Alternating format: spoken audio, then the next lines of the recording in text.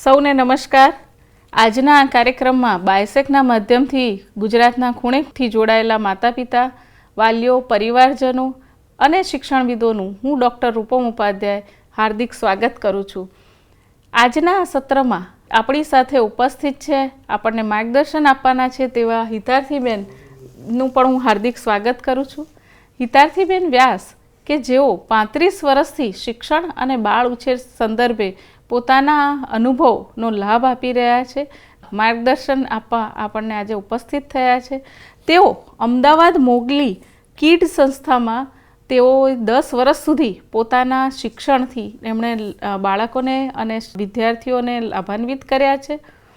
આ ઉપરાંત તેઓ જાયન્ટ્સ ઇન્ટરનેશનલ સોશિયલ સર્વિસ સંસ્થાના પ્રમુખ તરીકે પણ તેઓ 3 વર્ષ સુધી પોતાની સેવાઓ આપી ચૂક્યા છે. પ્રિવિલેજ બાળકો માટે તેઓ ઘણું બધું કાર્ય કરી રહ્યા છે અને ખાસ કરીને પ્રિવિલેજ બાળકો માટે તેઓ નિદાનાત્મક કાર્ય થકી શિક્ષણ એમને આપવા માટે અને એમની શૈક્ષણિક કારકિર્દી ઉન્નત બનાવવા માટે સતત પ્રયત્નશીલ છે. તેવા હિતાર્થીબેન વ્યાસ આજે આપણને પરિવારનું વાતાવરણ કેવું હોવું જોઈએ તેના સંદર્ભે માર્ગદર્શન આપવાના છે. એમને આપણે આજે આવકારીએ છીએ અને પુનઃ તેમનું સ્વાગત કરીએ છીએ. ચિલ્ડ્રન્સ રિસર્ચ યુનિવર્સિટીમાં આપનું હાર્દિક સ્વાગત છે. નમસ્કાર. નમસ્કાર. આજના આ સત્રમાં તેમનું પુનઃ હાર્દિક સ્વાગત કરતા આનંદની લાગણી અનુભવું છું. આજે આપણી સાથે જે વાત કરવાના છે તે બાળકો, જ્યારે બાળકો એકદમ નાના હોય અને બાળકોનો વિકાસ થતો હોય ત્યારે ઘર છે એ એક મહત્ત્વપૂર્ણ ભૂમિકા હોય છે. ઘરની પરિવારના સભ્યોની મહત્ત્વપૂર્ણ ભૂમિકા હોય છે. ત્યારે ઘરનું વાતાવરણ કેવું હોવું જોઈએ જેથી કરીને બાળકનો જે આપણે વિકાસ કરવા માંગીએ છીએ તે બાળકનો ચોમુખી વિકાસ થાય, બાળકનું ઉત્તરોત્તર પ્રગતિ થાય. તે વિકાસમાં પરિવારનું શું પ્રદાન હોઈ શકે, પરિવારના સભ્યોનું શું પ્રદાન હોઈ શકે અને તેનું વાતાવરણ આપણે કેવી રીતે સકારાત્મક સર્જી શકીએ તે વિષય પર મેડમ આપણી સાથે વાત કરવાના છીએ. તો મેડમને વિનંતી કે તેઓ આગળનું સત્રની વાત કરે અને ત્યારબાદ પ્રશ્નોત્તરીના માધ્યમથી ઘણા બધા પ્રશ્નો અમારે ત્યાં આવતા હોય છે, તો એ પ્રશ્નોના માધ્યમથી આપણે થોડુંક જાણવાનો પ્રયાસ કરીશું અને મેડમના અનુભવનો લાભ લઈશું. નમસ્કાર મેડમ, પુનઃ આવકારી છું. આપણે વાત કરીએ બાળકોના વિકાસની, ત્યારે મેડમને મારે ખાસ એ પૂછવું છે કે જ્યારે ઘરના વાતાવરણની વાત કરતા હોઈએ ત્યારે માતા પિતાની શું ભૂમિકા હોઈ શકે? આમ જોવા જઈએ તો માતા પિતા બનવું એ જ ખૂબ જ જવાબદારીવાળું કામ છે. દરેક માતા પિતા બાળક જન્મે પછી એમના પોતાના વર્તનમાં પણ એમને ફેરફાર કરવા પડે છે. માતા પિતાએ પોતાના સમયમાં કાપ મૂકીને બાળક પાછળ, એના ઉછેર પાછળ એ ટાઈમ વધારે આપવો પડતો હોય છે. તો માતા પિતા બન્યા પછી પોતાનો મોબાઈલ જોવાનો સમય, પોતાના કામમાંથી પણ થોડોક વધારે સમય કાઢીને બાળકને આપવો પડતો હોય છે. માતા પિતાએ વ્યક્તિગત મતભેદ, વેરઝેર, પોતાના ઝઘડા એ બધાને પણ બાજુ પર મૂકી દેવા પડે છે. પોતાના મિત્રો માટે પણ ટાઈમ ઓછો કરીને બાળકને ટાઈમ આપવો પડતો હોય છે. માતા પિતાએ બાળકના હિતમાં સાથે મળીને નિર્ણયો લેવા જોઈએ જેથી બાળકનો ઉછેર સારી રીતે કરી શકે. માતા પિતાએ પોતાના સ્વાસ્થ્ય માટે પણ સભાન રહીને પોતાને દાખલારૂપ રૂપે બાળકને બતાવવું પડતું હોય છે. ખૂબ સુંદર વાત કરી. જ્યારે એક માતા પિતા છે એ જ્યારે સંતાનને જન્મ આપે છે ત્યારે એમ સ્વાભાવિક રીતે એમની એક જવાબદારી બની જતી હોય છે અને ઘણા બધા એવા કાર્યો છે જે એમને બાજુએ મૂકી દેવી અને બાળકના વિકાસમાં એમનું સંપૂર્ણ ધ્યાન રહે તે રીતે એમને કાર્ય કરવું ખૂબ અગત્યનું હોય છે. આપણે વાત કરી માતા પિતાની ભૂમિકાની, પણ આપણે જોઈ રહ્યા છીએ કે અત્યારે સંયુક્ત કુટુંબો ઘટી રહ્યા છે, વિભક્ત કુટુંબોનું પ્રમાણ વધી રહ્યું છે. ત્યારે ખાસ આપણે એ વાત પર પણ વિચાર કરવો જોઈએ કે કુટુંબનું વાતાવરણ સારું રાખવામાં દાદા દાદી છે એમની શું ભૂમિકા હોઈ શકે? આપ એના વિશે કંઈક માર્ગદર્શિત કરશો અમને? આ તમે ખૂબ સારો સવાલ કર્યો કે દાદા દાદીની ભૂમિકા. કારણ કે અત્યારે તો સંયુક્ત કુટુંબ રહ્યા જ નથી એટલે દાદા દાદી, નાના નાની એ બધા શબ્દો પણ જાણે કે બાળકોની ડિક્શનરીમાંથી ઓછા થઈ જવાના હોય એવું આપણને લાગે છે. દાદા દાદી એ સેકન્ડ માતા પિતા, બીજા માતા પિતા તરીકે રોલ ભજવી શકે, પહેલાં માતા પિતા તરીકેનો રોલ એમનો એમાં આવતો નથી. એ દરેક દાદા દાદીએ સ્પષ્ટ રીતે સમજી લેવું જોઈએ કે આપણે બીજા નંબરના માતા પિતા બાળકના છીએ. તો દાદા દાદીએ માતા પિતા સાથે દરેક વસ્તુનું ડિસ્કશન કરીને, એટલે ચર્ચા કરીને પછી જ નિર્ણય લેવા જોઈએ ઘરમાં. અને માતા પિતાનો નિર્ણય જે હોય એને જ અનુસરવું જોઈએ દાદા દાદીએ પણ.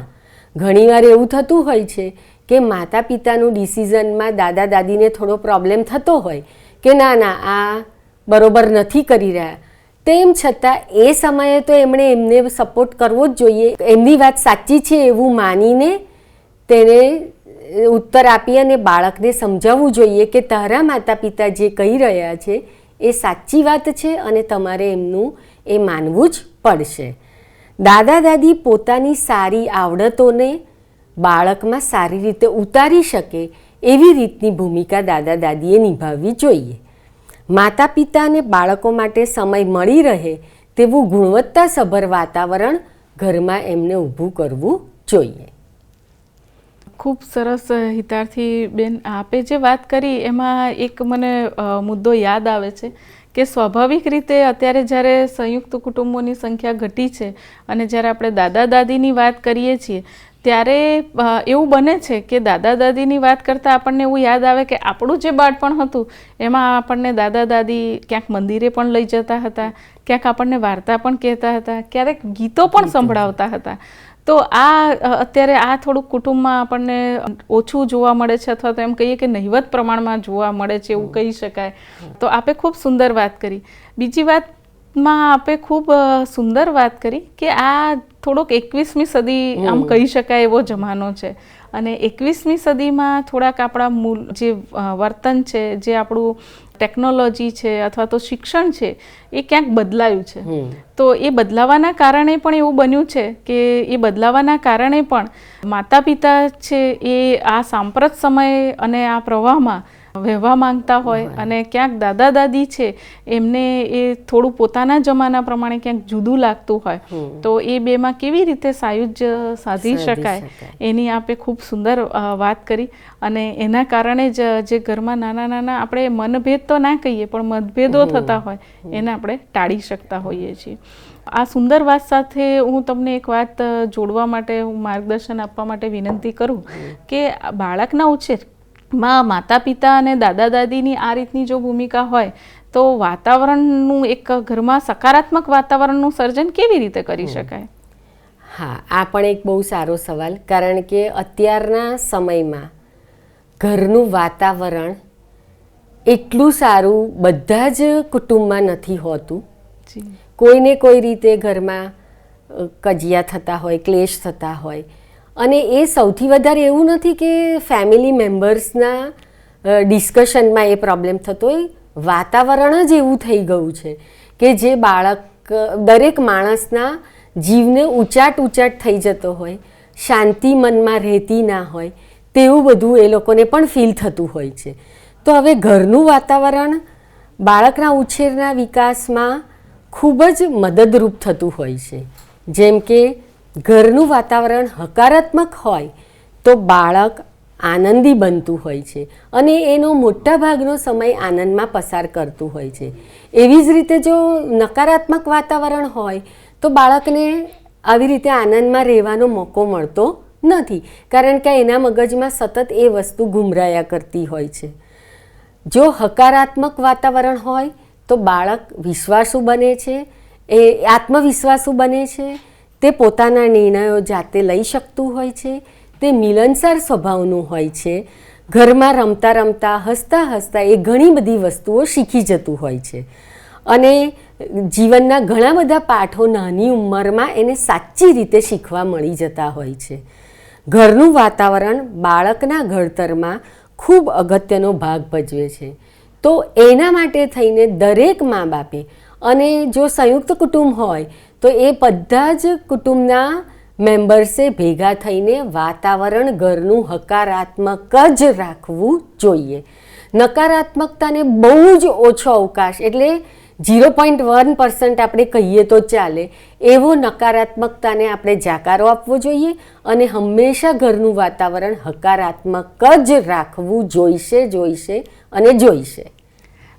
ખૂબ ભારપૂર્વક આપે જણાવ્યું કે ઘરનું વાતાવરણ હોય એ સકારાત્મક જ હોવું જોઈશે, એમાં બીજો કોઈ ઓપ્શન જ નથી, બીજો કોઈ મેળ જ નથી.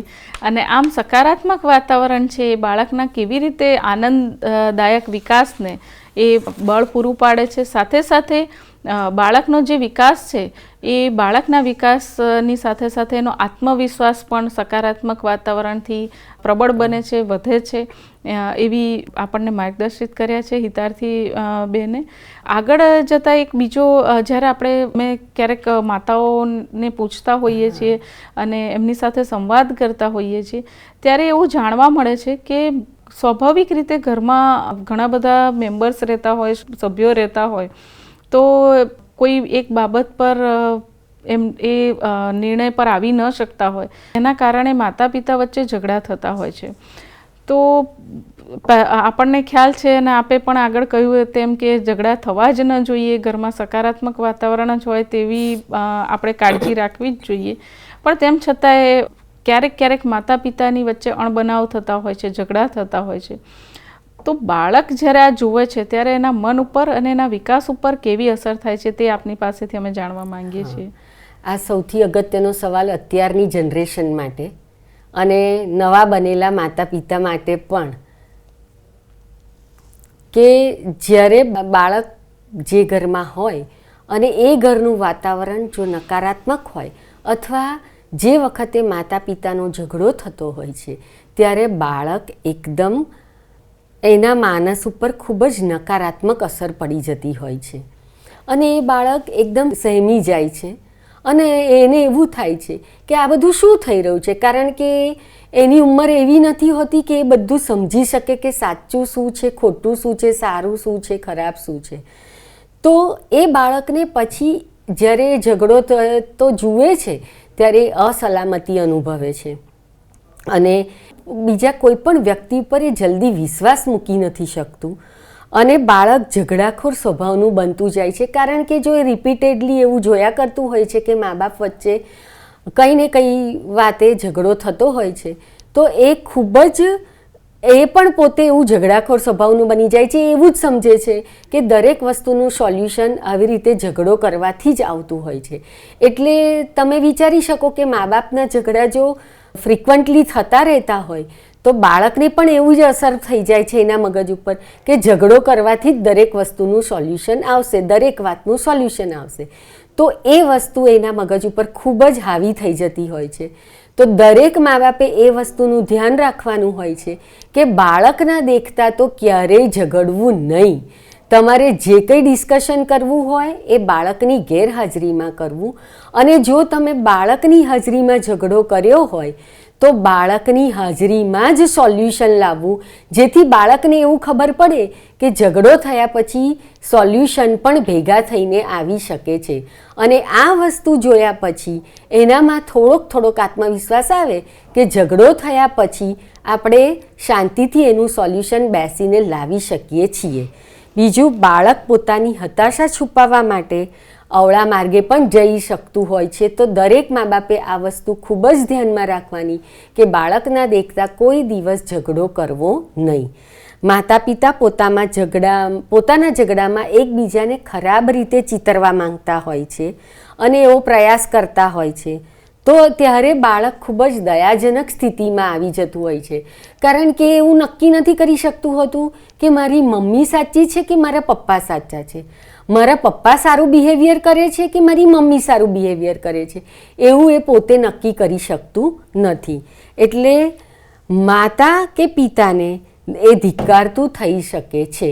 તો આ વસ્તુનું ખૂબ જ ધ્યાન રાખવાનું છે માતા પિતાએ કે પોતાનું બાળક પોતાના જ મા બાપને ધિક્કારે એ કેવી રીતે ચાલી શકે.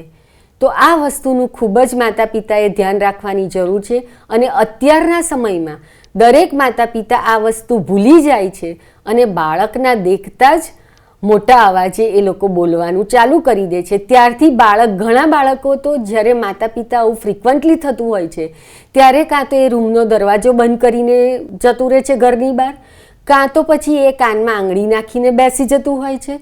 તો આવા બધું ના થાય તમારા બાળક સાથે, તો આ વાતનું દરેક મા બાપે ખૂબ જ ધ્યાન રાખવાની જરૂર છે. ખૂબ ગહન ચિંતન અને ગહન અનુભવો સાથે આપણે આ વાત કરી કે જ્યારે માતા પિતા આપણે બનીએ છીએ ત્યારે સ્વાભાવિક રીતે આપણે જે તણાવ અને મૂંઝવણો સહન કરીએ છીએ અથવા તો અનુભવીએ છીએ તે બાળકની સમક્ષ ઝઘડા સ્વરૂપે ન આવે. અને ખાસ કરીને બાળક જ્યારે સામે છે, આમ તો બાળકની પાછળ પણ આપણે ઝઘડા ન થાય અને માતા પિતાની વચ્ચે સુમેળભર્યા સંબંધો રહે તે જ વધુ ઈચ્છનીય છે. પરંતુ ક્યારેક મતભેદ થાય, મનભેદ થાય તો એ બાળકની સામે જ એનું સોલ્યુશન આવે અને નિરાકરણ આવે તે પણ એટલું જ જરૂરી છે બાળકના વિકાસમાં. તો એવા અનુભવો આપણી સાથે એમણે શેર કર્યા છે. હવે આપણે જ્યારે વાત કરીએ છીએ 21મી સદીની અને જ્યારે વારંવાર આપણે આવી વાત કરતા હોઈએ ત્યારે આ જમાનો છે એ ખૂબ સ્પર્ધાનો છે. સ્પર્ધાની સાથે સાથે તણાવ દરેક ક્ષેત્રે આપણને જોવા મળે છે. ત્યારે હું માનનીય હિતાર્થી મેડમને પૂછવા માંગીશ કે બાળકની આસપાસ જ્યારે અથવા તો પરિવારમાં અનેક સમસ્યાઓ હોય, ઘણીવાર પારિવારિક સમસ્યાઓ હોય, આર્થિક સમસ્યાઓ પણ હોઈ શકે અથવા તો આપણી સામાજિક સમસ્યાઓ પણ હોઈ શકે. એવી સમસ્યાઓ જ્યારે પરિવારમાં આવતી હોય છે ત્યારે એ સમસ્યાઓની બાળકના વ્યક્તિત્વ પર શું અસર પડતી હશે? માતા પિતાના ઝઘડાથી બાળક નબળું બનતું જાય છે અને એના મનને એટલું બધું નબળું બનાવી દેતું હોય છે કે એ પછી શું કરું અને શું ના કરું એવી અવઢવમાં રહ્યા કરતું હોય છે. હવે તમે બીજું પૂછ્યું કે ઘરના બીજા બધા સભ્યો જો રહેતા હોય ઘરમાં તો એમના સંબંધોની અસર પણ બાળક ઉપર પડતી હોય છે. જેમ કે ઘરમાં સાસુ સસરા સાથે, નણંદ સાથે, કાકા કાકી સાથે, દેરાણી જેઠાણી, આ બધા સંબંધોમાં જો કડવાશ આવતી હોય અથવા કચવાટ રહેતો હોય મનમાં તો, અને ઘરમાં કોઈ પથારીવશ હોય અથવા જેની સેવા ચાકરી વધારે કરવી પડતી હોય છે તો, અને કોઈ વ્યક્તિ આર્થિક ઉપાર્જન કરી શકતું ન હોય અથવા જુદા જુદા સંજોગોમાં એ લોકો સાથે ઝઘડા કે અણબનાવ થતો હોય છે ત્યારે બાળક ખૂબ જ મૂંઝાયેલું રહે છે, બાળક નિરાશ દેખાતું હોય છે, બાળક ગુમસુમ બની જાય છે, ચુગલીખોર બની જાય છે અને તેનું વ્યક્તિત્વ તાનાશાહી કરતું હોય તેવું વિકસે છે. તો આ બધી વસ્તુઓ આપણે થવા દેવી ના હોય તો આપણા પારિવારિક સંબંધો પણ સુધારવા પડશે અને બાળક સાથે સુમેળભર્યું વાતાવરણ રાખીને જ તેનો ઉછેર કરવો પડશે. તો પરિવારના દરેક સભ્યોએ કાળજી રાખવી પડશે કે જો બાળકનું વ્યક્તિત્વ નિખાલસ બને અને વ્યક્તિત્વ એનું ખૂબ સર્વાંગીણ વિકાસ થાય એનું, ત્યારે આપણે એ વિચાર કરવો પડશે કે પરિવારના દરેક સભ્ય, માત્ર માતા પિતાની આ જવાબદારી નથી પણ પરિવારના દરેક સભ્યની આ જવાબદારી છે કે બાળકનું જે વ્યક્તિત્વ છે એ પૂર્ણ રૂપે વિકસિત થાય. તો એના માટે પરિવારના દરેક સભ્યોએ એફર્ટ્સ કરવા પડશે, પ્રયાસ કરવા પડશે. ખૂબ ખૂબ આભાર મેડમ આપનો. આજે આપ અમારી સમક્ષ ઉપસ્થિત રહ્યા, આપે અમને ખૂબ માર્ગદર્શિત કર્યા છે. આપના જે બાળ વિકાસ અને બાળ ઉછેર સંદર્ભે અને ખાસ કરીને શિક્ષણ ક્ષેત્રે જે આપનો બહોળો અનુભવ છે એના અનુભવો થકી અમને માર્ગદર્શિત કર્યા છે. તો આ તબક્કે આપનો ખૂબ ખૂબ આભાર માનીએ છીએ. ચિલ્ડ્રન્સ રિસર્ચ યુનિવર્સિટી વતી આપનો ખૂબ ખૂબ આભાર મેડમ. અને પુનઃ આપણે મળતા રહીશું અને આપના શિક્ષણ અને બાળ વિકાસ, બાળ ઉછેર સંદર્ભે આપનું માર્ગદર્શન અમે લેતા રહીશું એવી અપેક્ષા સાથે સૌનો આભાર. સૌને નમસ્કાર. નમસ્કાર.